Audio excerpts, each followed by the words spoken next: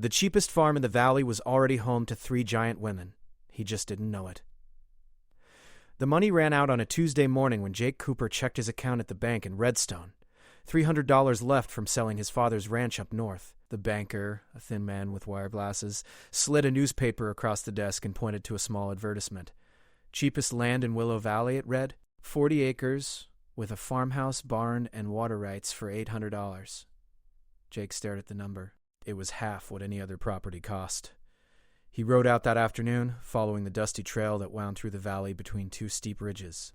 The sun beat down on his shoulders as his horse, a gray mare named Lucy, picked her way through the sagebrush. The farm sat at the far end of the valley, where the land dipped into a basin, surrounded by red rock cliffs. From a distance, it looked abandoned. The barn leaned to one side, and the farmhouse needed paint, but the well stood straight, and the fences were mostly intact. Jake dismounted near the porch and tied Lucy to a post.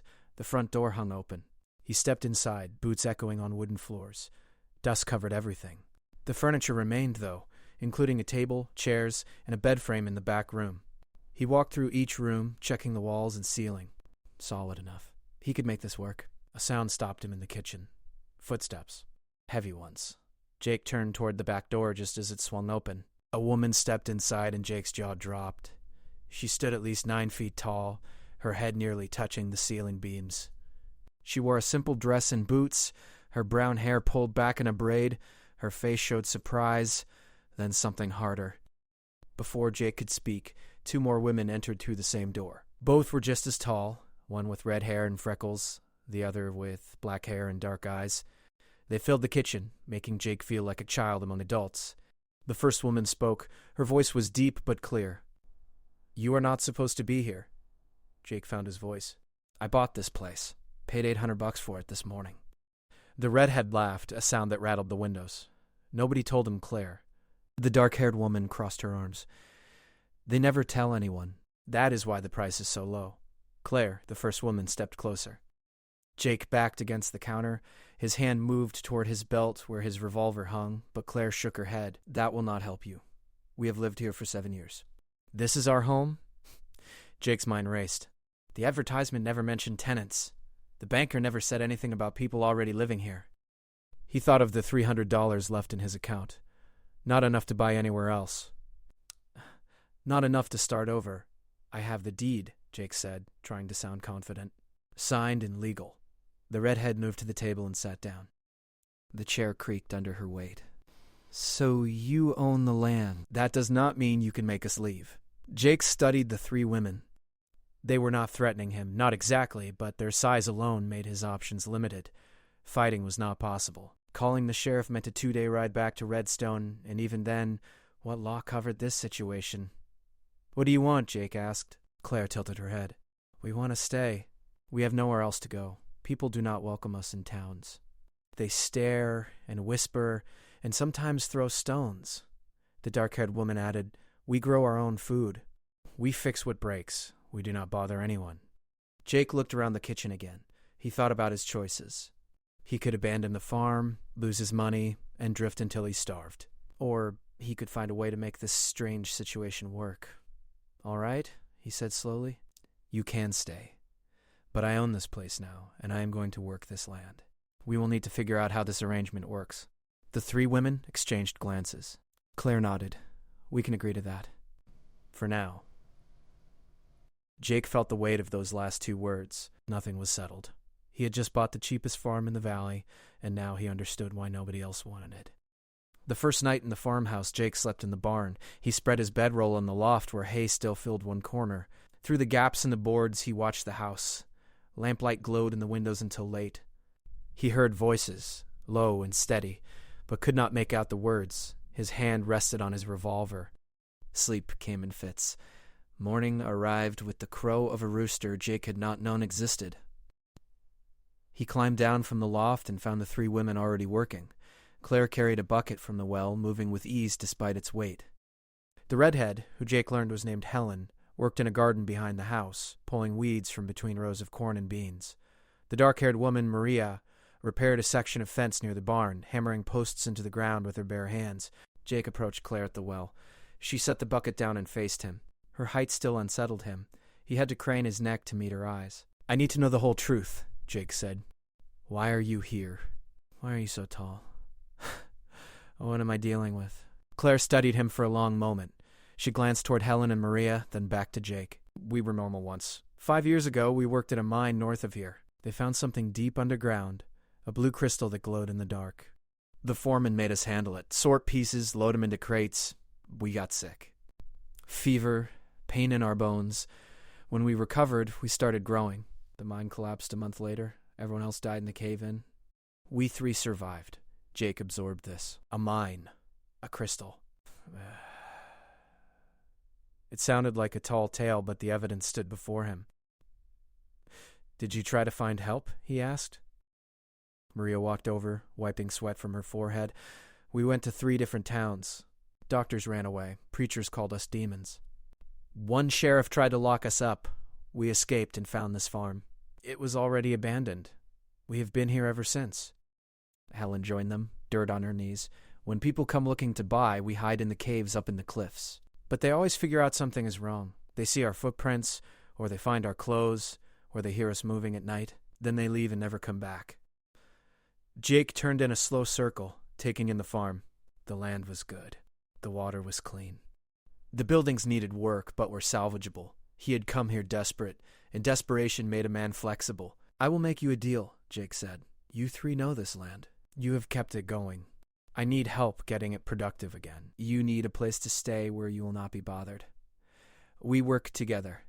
Split the profits from whatever we grow or raise. Equal partners. Claire frowned.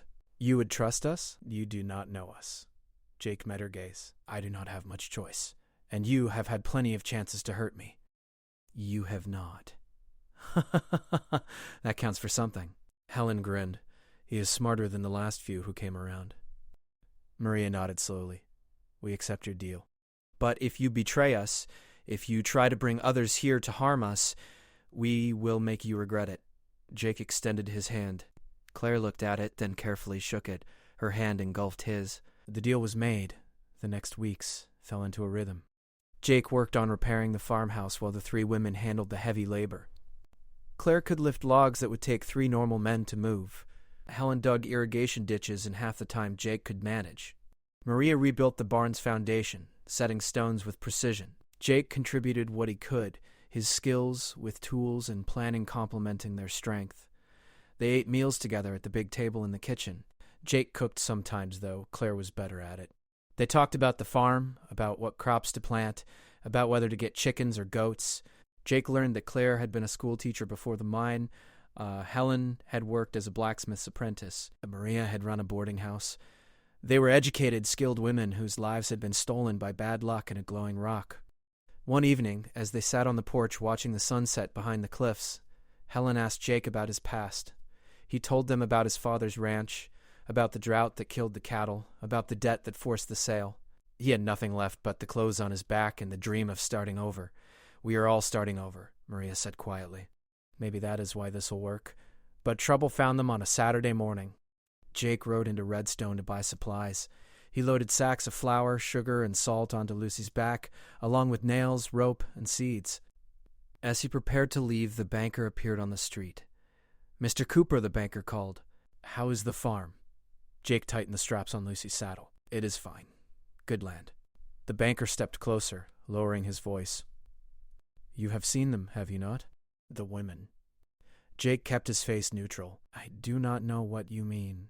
The banker's eyes narrowed. Several buyers have reported strange things at that property. Enormous footprints, voices that do not sound human. One man swore he saw a giant woman walking through the fields at dawn. I think you know exactly what I mean. Jake mounted Lucy. The farm is mine. What happens there is my business. The banker grabbed Lucy's bridle. People in this town have a right to know if there is something dangerous out there. If those creatures are real, we should do something about it. Jake's hand moved to his revolver. Let go of my horse. The banker released the bridle, but did not step back. You cannot protect them forever, Cooper. Sooner or later, everyone will know. And when they do, there will be consequences. Jake rode out of town without looking back. His heart pounded. The secret was spreading. He pushed Lucy faster, the supplies bouncing against her sides. He had to warn Claire, Helen, and Maria. They had to prepare for what might come. He reached the farm as the sun touched the horizon.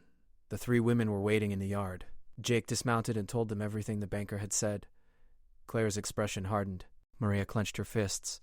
Helen looked toward the cliffs as if calculating their escape route. "We have to leave," Maria said. "Tonight." Jake shook his head. "Where will you go? You said yourselves that every town drives you out. Running will not solve anything." "Then what do you suggest?" Claire asked. "Wait for them to come with torches and rifles."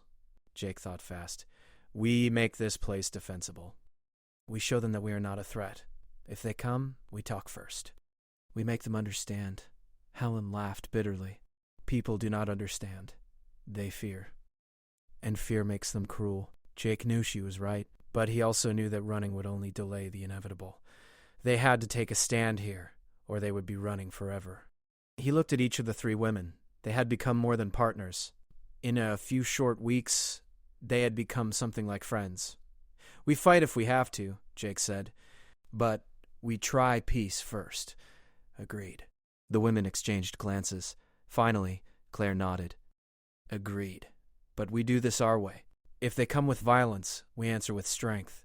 Jake agreed. They spent the evening preparing. Jake cleaned his revolver and checked his ammunition. The women gathered stones and timbers, reinforcing the barn and the house. Bears of water in case of fire. They moved supplies into the root cellar. By midnight, the farm looked like a fortress. Jake stood watch from the barn loft. The valley lay quiet under a half moon. Somewhere in the darkness, enemies might be gathering. But here, on this cheap farm that nobody wanted, 4 unlikely allies had found something worth defending. Jake did not know what the morning would bring, but he knew one thing for certain. He was not giving up without a fight. The riders came 3 days later, just after dawn. Jake spotted the dust cloud first, a dark smudge rising from the trail that led into the valley. He counted 8 horses. He climbed down from the loft and ran to the house. Claire, Helen, and Maria were already awake, eating breakfast. "They are coming," Jake said. The women rose as one. Maria moved to the window and peered out. "I see them. 8 men. They carry rifles." Jake's stomach tightened. 8 against 4, but 3 of the 4 were 9 feet tall and stronger than any normal person. The odds were not as bad as they seemed, but Jake wanted to avoid bloodshed if possible. Let me talk to them first," Jake said. "They might listen to reason." Claire put a hand on his shoulder. "If they do not listen, we will not let them hurt you." Jake nodded and walked out onto the porch. He sat in a chair and placed his revolver on his lap where it could be seen, but was not threatening. The 3 women stood inside the doorway, visible but not confrontational. Jake hoped the riders would see cooperation, not defiance. The 8 men rode into the yard and formed a semicircle facing the porch. Jake recognized the banker among them, along with the sheriff from Redstone. The sheriff was a broad man with a gray beard and a star pinned to his vest. The other 6 were townspeople Jake had seen in passing but did not know. The sheriff dismounted and approached the porch. "Mr. Cooper," he said, "we need to have a conversation." Jake stayed seated. "I am listening." The sheriff glanced at the doorway where the 3 women stood. "We have heard reports about unusual activity at this farm. Reports of creatures living here. Creatures that are not natural." Jake kept his voice steady. There are 3 women living here. They are my partners. We work this land together." One of the townspeople, a young man with a thin mustache, shouted from his horse. "They are not women. They are monsters. I saw one of them lift a wagon wheel like it was made of straw." Another man added, "My cousin saw their footprints near his property. Each one was 2 feet long." "That is not human." The sheriff raised a hand to quiet them. "Mr. Cooper, I need to see these women up close. I need to determine if they pose a threat to the community." Jake stood. "They are not a threat. They have done nothing wrong." The banker pushed forward. "They are abominations. Who knows what diseases they carry? What if they attack someone? What if they steal livestock?" Claire stepped out onto the porch. Her full height became visible, and several of the men gasped. Their horses shifted nervously. Claire descended the steps slowly, deliberately.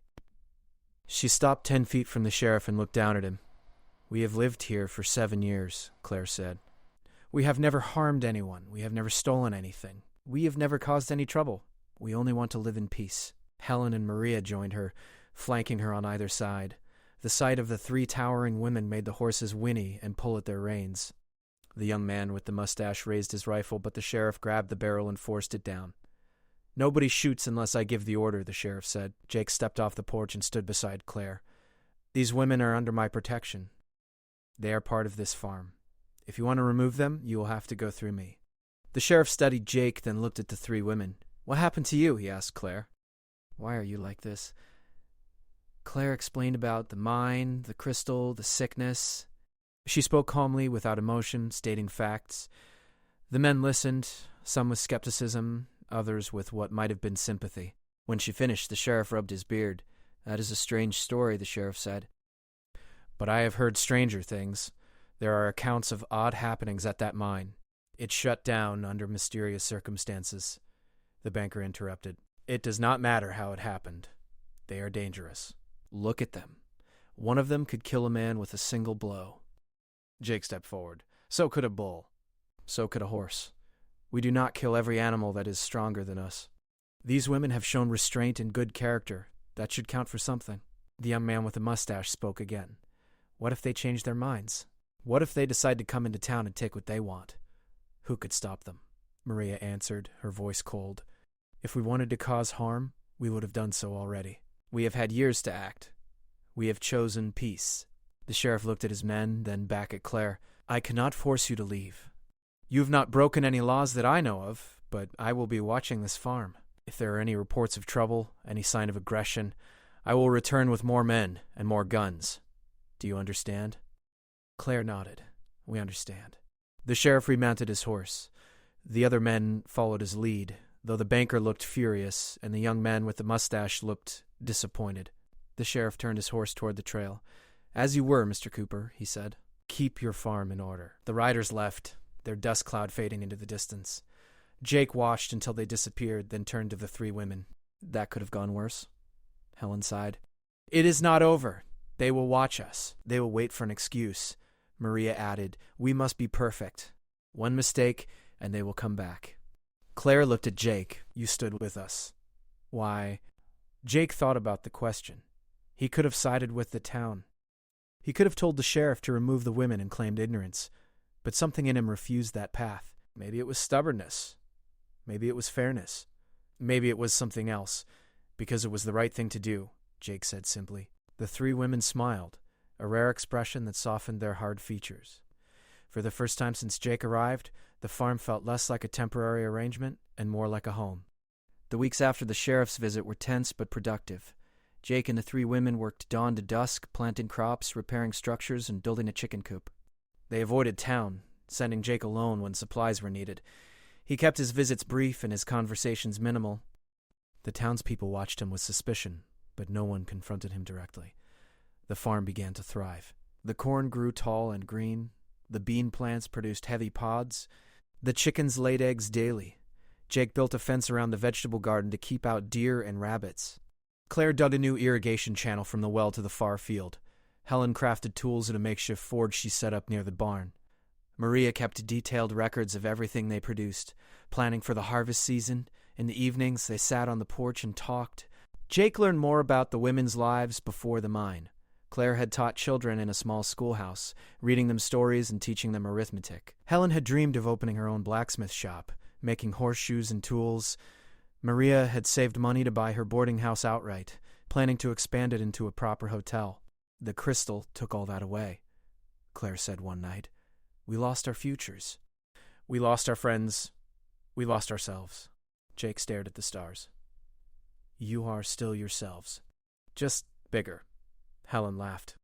It is not that simple. People see us, and they stop seeing who we were. They only see monsters. Jake understood. He had seen it in the eyes of the townspeople, the fear and disgust, but he also saw what the townspeople could not or would not see. He saw Claire's patience when she taught him about crop rotation. He saw Helen's pride when she showed him a perfectly balanced hammer she had forged. He saw Maria's careful calculations that ensured they would have enough food for winter. They are fools if they cannot see your value, Jake said. Maria leaned back in her chair, which creaked under her weight. You are strange, Jake Cooper. Most men would have run or fought. You did neither. Jake shrugged. I needed a place to call home. You needed someone who would not drive you away. It worked out. But the peace was fragile. One afternoon, while Jake was mending a section of fence near the road, a wagon stopped. A woman climbed down, her dress dusty from travel. She looked around nervously. "Excuse me," she called. "Is this the Cooper farm?" Jake set down his hammer. "It is. Can I help you?" The woman approached slowly. "My name is Linda Martin. I heard about this place. I heard that there are women here who are different. Women who are very tall." Jake's guard went up. "What do you want with them?" Linda's expression shifted to desperation. "I have a daughter. She's 12 years old. 6 months ago, she started growing.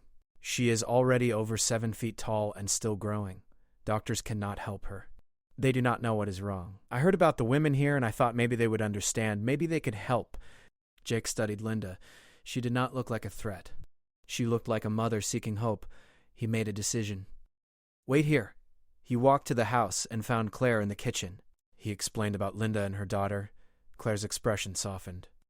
"Bring them here," she said. Jake returned to the road and helped Linda bring her wagon into the yard. A girl sat in the back wrapped in blankets despite the heat. She looked frightened. Jake helped her down, and Claire came out to meet them. The girl looked up at Claire with wide eyes. "You are like me," she whispered. Claire knelt, bringing herself closer to the girl's height. "I am. What is your name?" The girl's voice was small. "Penny." Claire smiled gently. "Penny, I know you are scared. I was scared too when this happened to me, but you are going to be okay." Linda started to cry. "Thank you. Thank you for not turning us away." Maria and Helen joined them. The sight of 3 giant women seemed to comfort Penny rather than frighten her. She reached out and touched Helen's hand. Helen knelt beside Claire.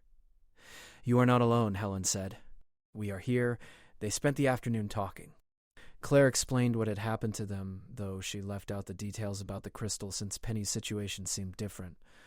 Maria examined Penny carefully, checking her joints and bones. "She is healthy," Maria concluded. "Strong. Whatever is causing this, it is not harming her physically, but the world will harm her," Linda said bitterly. "People already stare. Other children throw rocks. The teacher asked me to keep her home from school." Jake spoke up. "She could stay here, learn from us, at least until we figure out what to do." Linda looked at him with surprise. "You would do that? You do not even know us." Jake glanced at Claire, Helen, and Maria. They nodded. "We know what it is like to be different," Jake said. "We know what it is like to need help and have nowhere to go." Linda agreed. Penny stayed at the farm while Linda returned to town to settle her affairs. The girl proved to be bright and eager to learn. Claire taught her to read and write. Helen showed her how to control her strength. Maria taught her mathematics and planning. Jake taught her about farming and animals. Penny blossomed under their care, but her presence attracted attention. 2 weeks after Penny arrived, the sheriff returned. This time he brought 12 men. They rode into the yard with grim faces. Jake stepped out to meet them, Penny and the 3 women behind him. The sheriff dismounted. "We heard you are harboring another one, a girl." Jake crossed his arms. "Penny is a child. She is staying here because she has nowhere else to go." One of the men shouted, "You are collecting freaks, building an army of monsters." Another man added, "This ends now. We will not allow this valley to become a haven for abominations." Claire stepped forward. "Penny is a child. She has done nothing wrong. Neither have we." The banker present again pointed at Claire. "You are unnatural, all of you." "God did not intend for people to be like you." Maria's voice cut through the tension. "God did not intend for many things, but they exist anyway. We did not choose this. Penny did not choose this. We are making the best of what we were given." The sheriff held up his hand. "I understand your position. But the town is frightened. They want assurances that you will not cause trouble." Jake spoke clearly. "We give you our word." "We will live here peacefully. We will not bother anyone. In return, you leave us alone." The young man with the mustache, present again, raised his rifle. "Words are not enough. We should burn this place down." "Drive them out." Several other men raised their weapons.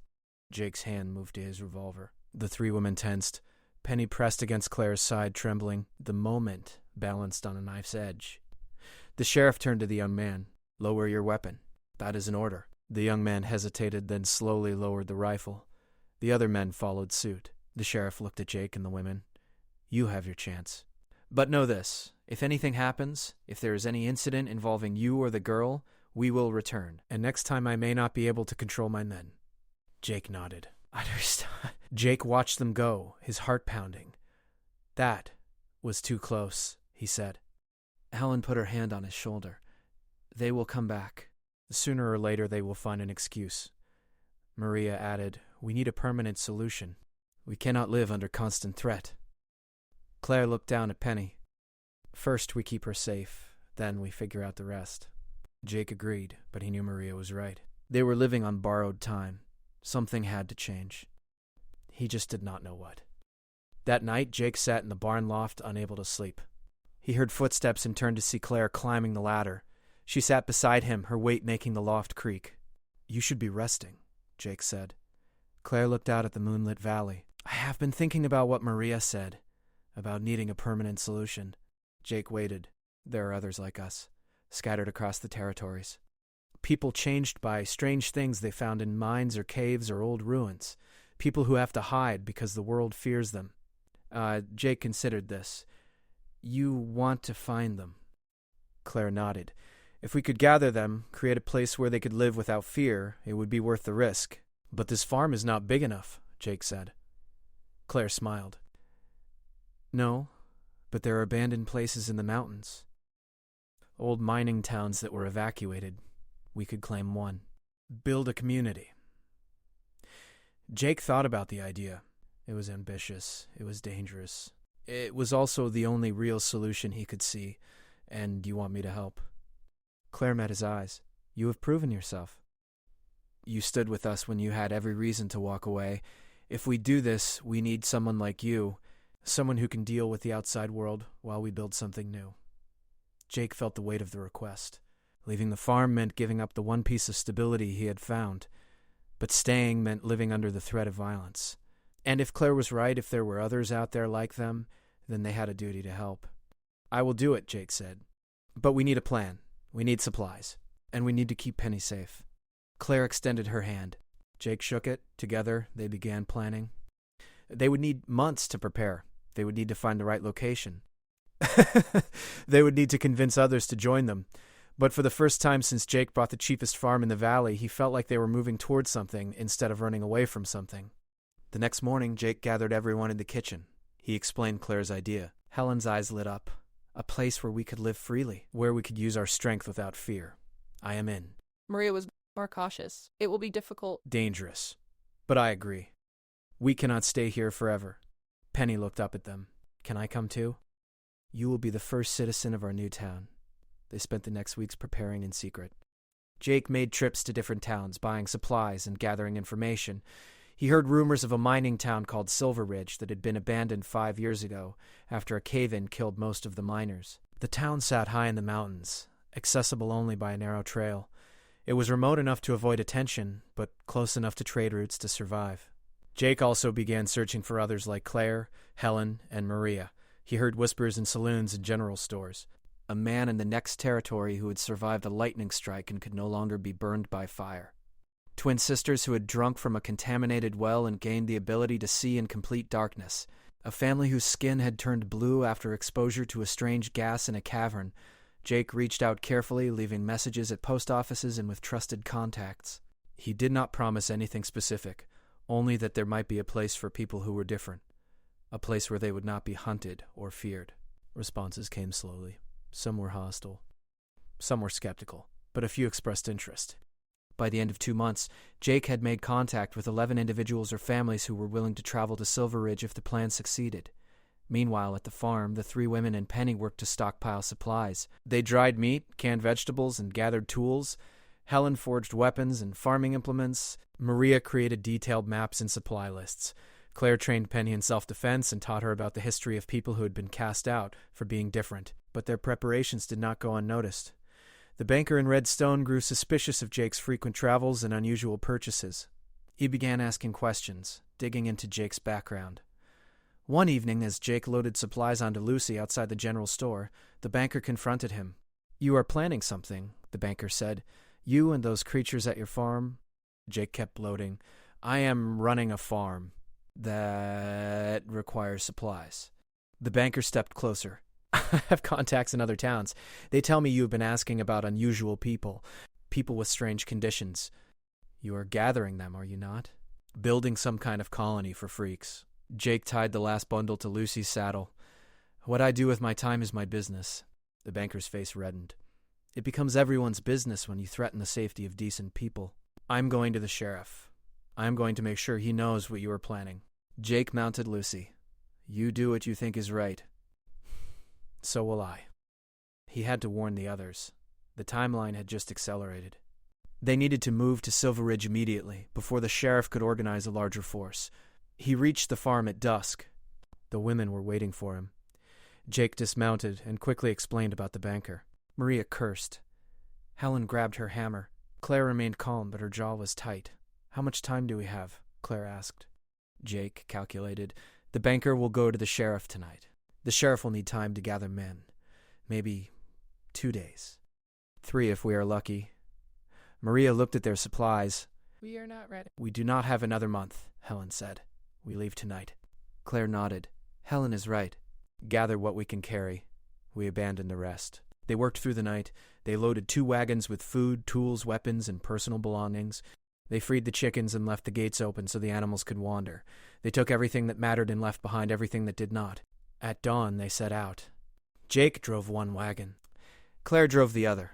Helen and Maria walked alongside, their long strides keeping pace easily. Penny sat in the back of Claire's wagon, looking back at the farm that had become her home. The journey to Silver Ridge took 4 days. They traveled through rough terrain, avoiding main roads. Jake scouted ahead while the women handled the wagons. They saw no one. The mountains rose around them, steep and unforgiving. On the 4th day, they reached the narrow trail that led to Silver Ridge. The town sat on a plateau surrounded by peaks. Abandoned buildings lined a single main street. The wooden structures had weathered, but not collapsed. A few glass windows remained intact. The old mine entrance gaped like a dark mouth at the edge of town. They explored cautiously. The general store still had empty shelves. The saloon had tables and chairs. A dozen houses stood in various states of decay. The church steeple leaned but had not fallen. At the far end of town, a large building that might have been a community hall or a schoolhouse offered the most space. This will work, Claire said. We can make this work. They spent the next week cleaning and repairing. Jake fixed roofs and doors. Helen reinforced structures. Maria organized their supplies. Claire and Penny cleaned the interiors. Slowly, Silver Ridge began to look less like a ghost town and more like a place where people could live. On the 8th day, the first newcomers arrived. The twin sisters who could see in the dark rode in on a single horse. They were young, maybe 20, with matching scars on their foreheads. They looked around nervously. Claire greeted them. Welcome to Silver Ridge. You are safe here. The sisters relaxed. Thank you. We have been running for so long. More arrived over the following weeks. The man who could not burn. A woman whose hair had turned to silver and who aged more slowly than normal. 3 children who had survived a disease that left them with unusual strength and speed. A couple whose skin had turned gray after drinking contaminated water. By the end of the month, Silver Ridge had 23 residents. They established rules. Everyone contributed. Everyone shared the work. Disputes were settled by vote. Violence was forbidden, except in self-defense. They built a garden and hunted in the mountains. They set up a watch system to warn of intruders. Jake became the liaison to the outside world. He made trips to distant towns to trade for supplies. He never mentioned Silver Ridge by name, always claiming to represent a small mining operation. The townspeople accepted his money and asked few questions. Silver Ridge grew. More people arrived, drawn by rumors of a safe haven. The population reached 40, then 50. They built new structures.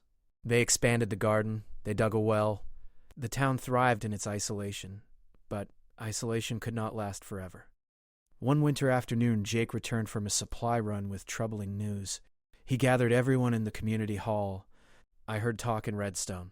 The sheriff has been searching for us. He knows we left the valley. He knows we went into the mountains. He has not found Silver Ridge yet, but he is getting closer. Helen stood. Then we prepared to defend ourselves. Maria shook her head. We cannot fight the whole territory. If they come in force, we will lose. The man who could not burn spoke up. His name was Daniel. Maybe we do not have to fight. Maybe we can negotiate. Show them we are not a threat.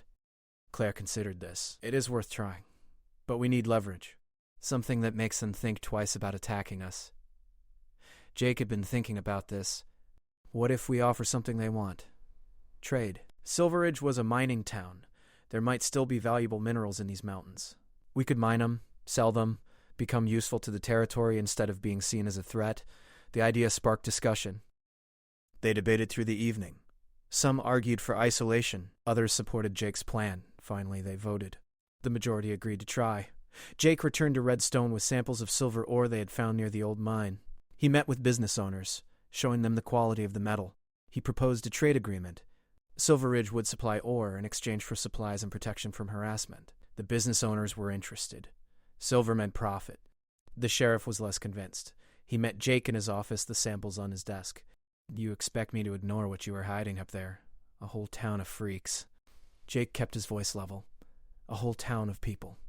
People who want to live in peace and contribute to the economy. People who will mine silver and create jobs and wealth for this territory." The sheriff leaned back. "And if I refuse? If I come up there with my men?" Jake met his eyes. "Then you will start a war you might not win. The people of Silver Ridge are strong. They are desperate. They will fight to protect what they have built. Blood will be spilled on both sides. Or you could accept their offer and everyone benefits." The sheriff stared at him for a long moment. Finally, he spoke. "I will present this to the town council, but I want assurances. Regular visits to verify that your people are not causing trouble.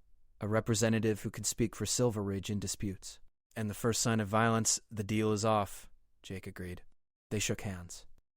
A week later, the council voted to accept the trade agreement. Silver Ridge was officially recognized, though not celebrated. The people of Redstone and other towns did not love the arrangement, but they tolerated it. Years passed. Silver Ridge grew into a thriving community. More people arrived, seeking refuge. They mined silver, traded with nearby towns, and built a life. Jake remained the liaison, traveling regularly between Silver Ridge and the outside world. Claire became the town's leader, her wisdom and strength respected by all. Helen ran the forge. Maria managed the finances and records. Penny grew into a strong young woman who helped teach the children. The farm in Willow Valley was long abandoned, reclaimed by sagebrush and wild grass. But it had served its purpose. It had been the place where Jake learned that different did not mean dangerous, where Claire, Helen, and Maria found someone who saw them as people first. Where Penny discovered she was not alone. Sitting on the porch of his cabin in Silver Ridge, Jake looked out at the town he had helped build. Smoke rose from chimneys. People moved through the streets, working, talking, living. The mountains stood guard around them. It was not perfect. Threats still lingered. Suspicions still existed in the towns below. But here, in this remote place, a community of outcasts had found something precious. They had found home. Claire joined him on the porch. She had to duck to fit through the door. She sat beside him, her chair specially built to hold her weight. "It has been 5 years since we left the valley," she said. Jake nodded. "Feels like longer. Feels like a lifetime." "In a way, it has been. We are different people now. Stronger. More united." Jake looked at her. "Do you ever regret it?" "Leaving the farm. Taking the risk." Claire shook her head. "The farm was temporary. This is permanent. You gave us that, Jake. You gave us a future." Jake felt warmth spread through his chest. "We gave each other a future. I would be dead or broken without you three. Without all of you." They sat in comfortable silence, watching the sun set behind the peaks. In the town below, Helen's hammer rang out from the forge. Maria called out numbers as she tallied the day's production. Penny laughed with a group of children near the well. Life continued, ordinary and extraordinary at once. The cheapest farm in the valley had been a beginning, not an ending. It had been the place where unlikely allies met and chose to stand together, and that choice had led them here, to a town in the mountains where being different was not a curse but simply a fact of life. Where giants and fireproof men and silver-haired women and blue-skinned families lived side by side building something new. Jake had bought that farm looking for a fresh start. He had found so much more. He had found purpose. He had found family, and in helping others find their place in the world, he had finally found his own.